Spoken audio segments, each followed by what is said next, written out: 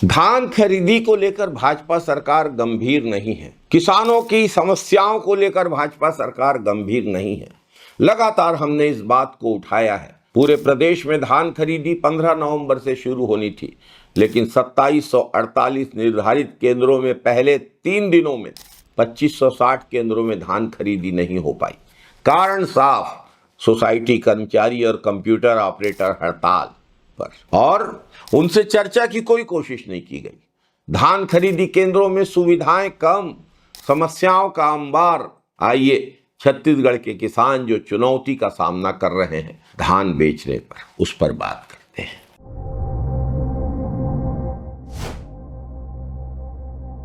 नमस्कार साथी।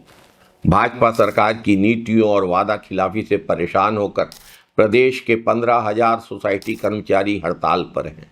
आज से नहीं है, बहुत समय से है, लेकिन सरकार के पास समय नहीं है। सरकार तो इवेंटबाजी में लगी हुई है, हड़ताल खत्म करवाने पर ध्यान नहीं दे रही है, चर्चा तक करना जरूरी नहीं समझ रही है, पुलिस का उपयोग करके गिरफ्तार करके कर्मचारियों को धमकाने में लगी है। मंत्री कहते हैं कर्मचारियों से कि हमारे पास पैसा ही नहीं है, हम आपकी मांगे कहां से पूरी करें। मंत्रियों के पास 2-2 बंगलों में झूमर लगवाने के लिए, ऐशो आराम के लिए, जरूरत और नियमों से एक मंत्री ज्यादा बनाने के लिए पैसा है।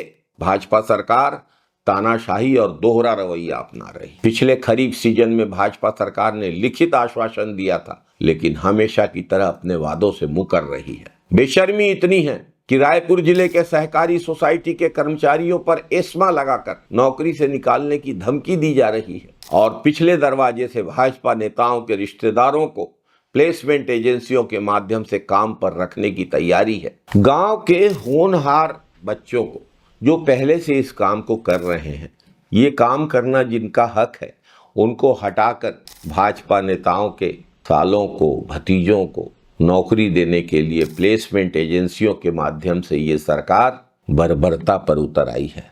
वादा खिलाफी को छुपाने के लिए पुलिस बर्बरता का सहारा ले रही है। धान खरीदी की तिथि भी सरकार ने 15 दिन देर से घोषित की, फिर भी अधिकांश केंद्रों में ठीक से खरीदी आरंभ नहीं हो पाई है। सरकार की ओर से 3100 रुपए देने की कोई पहल नहीं दिख रही है। धान के समर्थन मूल्य में जो वृद्धि हुई है 3 बार, वो भी किसानों को नहीं दिया जा रहा है। राजीव गांधी किसान न्याय योजना की किस्त की राशि ये सरकार हड़प चुकी है। कहते थे 3100 एक साथ देंगे, अब तो समर्थन मूल्य दे रहे हैं और बाकी पैसा बाद में देंगे। तो कांग्रेस की सरकार 4 किस्तों में देती थी, किसान के जरूरत के समय देती थी, आप 2 किस्तों में दे रहे हो। क्या परिवर्तन लाया आपने, क्या फर्क लाया आपने? आपने सिर्फ किसानों की आंखों में धूल झोंकने का काम किया है। आप सारी बाधाएं जानबूझकर इसलिए पैदा कर रहे हैं ताकि कम से कम धान खरीदा जा सके। कर्मचारियों की हड़ताल खत्म करना इस सरकार के लिए बाएं हाथ का खेल है, लेकिन चर्चा के बजाय दमन का सहारा लिया जा रहा है। पहले दिन से किसान टोकन, बारदाने, तौल का इंतजार कर रहे हैं, लेकिन निराश होकर लौट गए। बारदाने तो बहुत दूर की बात है, बारदानों पे छप्पा लगाने की भी व्यवस्था नहीं है। मोबाइल ऐप से भी टोकन जारी नहीं हो रहे हैं, फिजिकल टोकन भी जारी नहीं हो पा रहे हैं, ऑफलाइन व्यवस्था उपलब्ध नहीं है।